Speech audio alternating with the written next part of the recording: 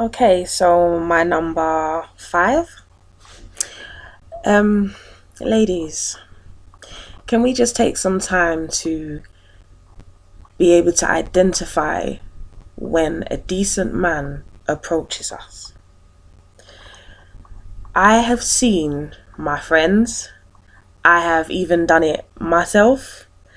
Um, I don't know why we do it. Sometimes it could be that we have a type, and you see all of that, having a type, oh my lord, having a type is one of the worst things a female can have.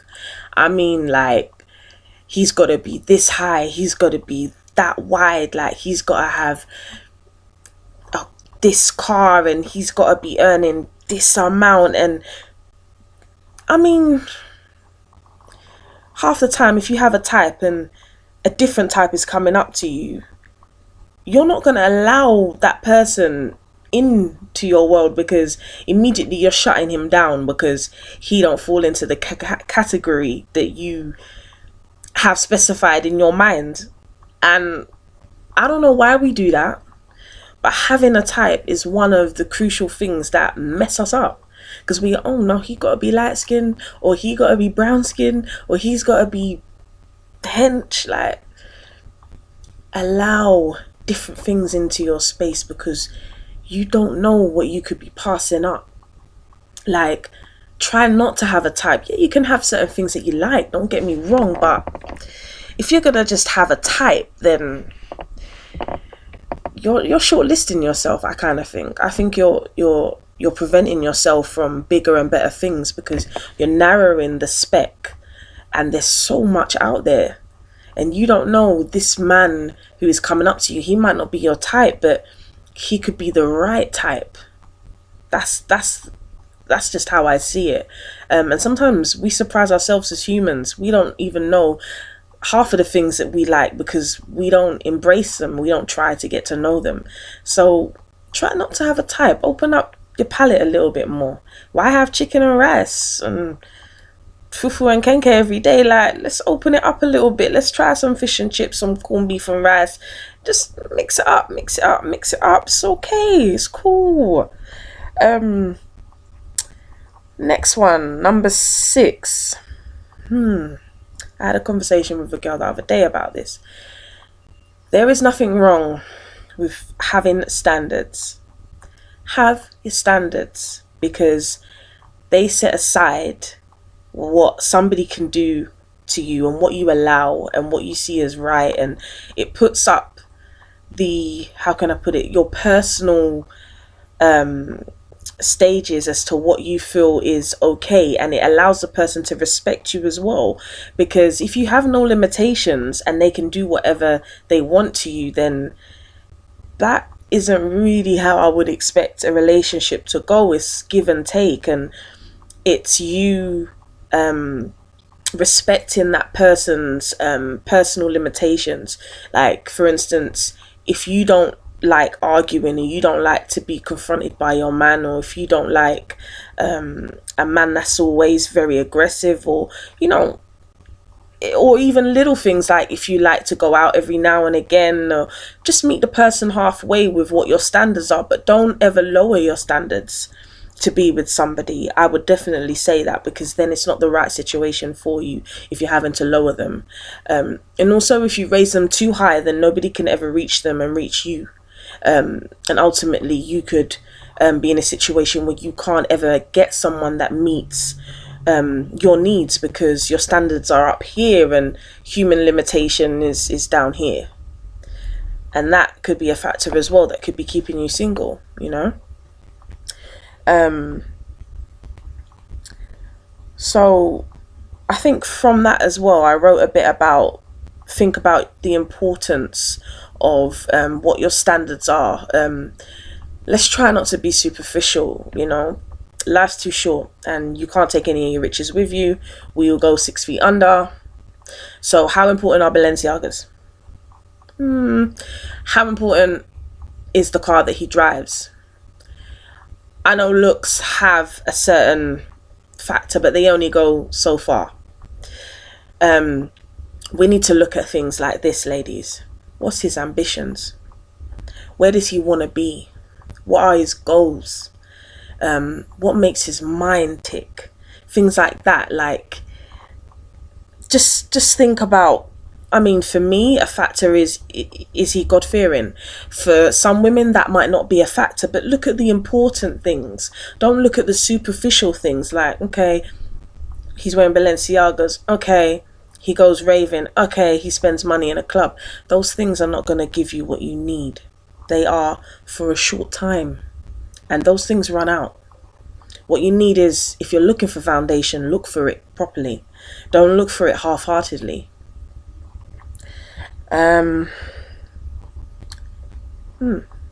Remain positive.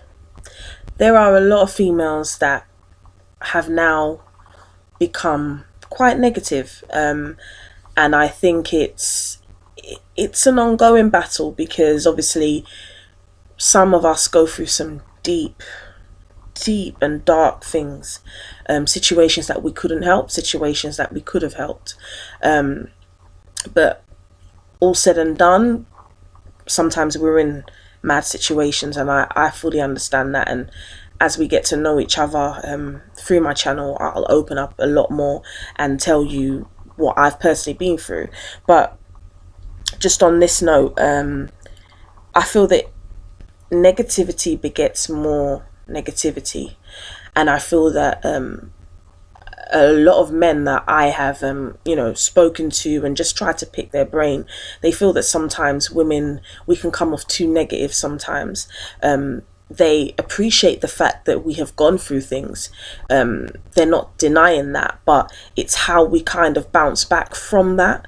And I feel that sometimes some of the things I'm hearing from men is that it's very, very off-putting when a woman, be her black, white, Asian, Chinese, whatever, her race, when a woman is negative, it is such an off-putting thing for men. Because especially if they're trying to reach out to you and to connect, but you have this negative stance and all you think about and everything that you are is negative, and that can retract a good man and bring in a waste man. A waste man. Do we want a waste man? We don't want a waste man. So try to put out that positive energy. When people see that you love yourself, they'll want to love you. Put out that energy that, yeah, shit's happened to me, but you know what? I've bounced back. And people just want to be around you just off of that vibe, so try and maintain that positive light. It draws more light to you. Okay, please, ladies, this is something that I walk very personally in, because I know someone that has done this, and she's learning from it. Love her very dearly. But ladies, be careful about what you tell the potential man that you're getting to know. When I say that, let me just scratch my head because my hair is itching me. No weave, but my hair's itching me. But all jokes aside, when you're getting to know a man, try not to tell him what your dreams are.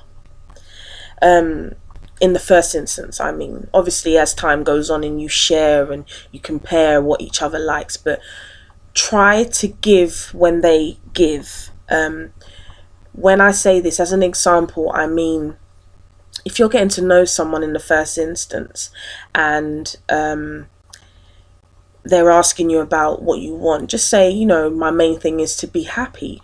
I feel that I've seen a lot of instances where women have been very honest and told the wrong men what their desires, what their heart's desires were. Be it, oh, I want to get married. Oh, I want to have kids. Or I want to buy a house, settle down. That might be your dream, and that's fine to have that dream. But if you tell that to the wrong man who you're trying to get to know, so you don't really know what angle he's really coming at right now. So you have to kind of guesstimate and get to know him before you can reveal yourself just on a platter like that. When you do it too early, if it's to the wrong man, he will take those dreams that you've given him, put them in a box, wrap them up, put a big old bow on it, and sell it back to you. I've seen this too many times. So be careful of how you display what your dreams are. It's okay to have those dreams and those wants for yourself in a relationship or whatever it is that you want, but don't be so quick to put your dreams out there, because you're trying to get to know this man and see if he is the one. So do it in stages. You know, as he gives you some, you give him some, and vice versa. And I think my battery's trying to kill me. Okay, number 9. Sometimes we are single because of ourselves. Sometimes it's something that we are doing and continue to do in new situations, or it's something we're not doing. And it brings me on to the whole point of number 9 is look closer to home sometimes, why you're single. If you're not happy being single and you keep on finding that you are becoming single, I'm not saying that the people that you're coming into contact aren't a problem, but also we have to look at ourselves as well, because sometimes the issues are not just externally, they are internally. And be so honest with yourself. It hurts and it's hard to be honest with ourselves, but if you can't be honest with yourself, then who can you be honest with? So just look at yourself as well as the other person. Don't just, oh yeah, it was him, he was a head, like he was a waste man. Like, we're too quick sometimes to point the finger. Let's look closer to home, make sure our shit is tight, and we can always come back and assess anyone else. But if there's a problem with yourself, no matter what situation you get into, you're going to have a problem. And number 10, girls, as my grandmother would say, you chat too much. Okay, when I say that, try not to talk to too many. See all of that friend, my friend Chantel, my friend this. Sometimes your friends cause your situation to broke up. Girl, we talk too much sometimes. We put everything out there. We put everything there for our friends to know. Have a little secrecy. It's okay. Too much ain't good, because you need to vent to at least one person. But when you got your business all out there, anything can attack it. And sometimes it's the people who you think really have your back that really don't. And I would say keep some things behind, especially if you're in a relationship. Don't go telling your girls everything. That leaves your man just out there. Like, he can't even look your girls in the eye because they know his size, they know everything, what he's doing, how he's daggering you, Come on, like, keep something sexy, keep something personal to yourself. Even if you're just getting to know someone and you're just meeting someone and being intimate with them, just keep things inside. Talk to one person, okay, cool, but don't be talking to multiple people, and that is a factor as well that can stop you from staying with your man or finding a man. Sometimes you could be advised the wrong thing, to be honest. So yeah, they're not set in stone, those plans, but they're just little things that I've picked up along the way that I've seen and witnessed, or I've done even myself. Like, no one's perfect here, and that's what I think the focus should be. We're all learning, we're all growing. Like, I'm 32 now, and I'm still learning. So this is all a learning process. Like I said, let's grow together, let's go together. Like, let's just see and hear what each other thinks and feels in different situations. And I fully appreciate the young lady who emailed me this question, because I know it was something that was on her mind, and she thought that, she wanted an insight as to, is she doing something different, or should she do something different? And sometimes take a little of what I've said maybe, and take a little of what you're doing and see what works, and if it doesn't, then change it up. But I think as grown people, we should always be trying to do better and make better decisions, and be conscious of everything that we're doing, thinking and saying. I think that's really important. And I mean, just keep your emails coming, because I've seen some emails that have kind of been like, you want us to talk about that? Okay, cool. But I love it. I love the realness of it all. So keep it coming, and God bless you all. And whoever's watching, thank you for gracing my page. And I'll see you tomorrow, same time, same place.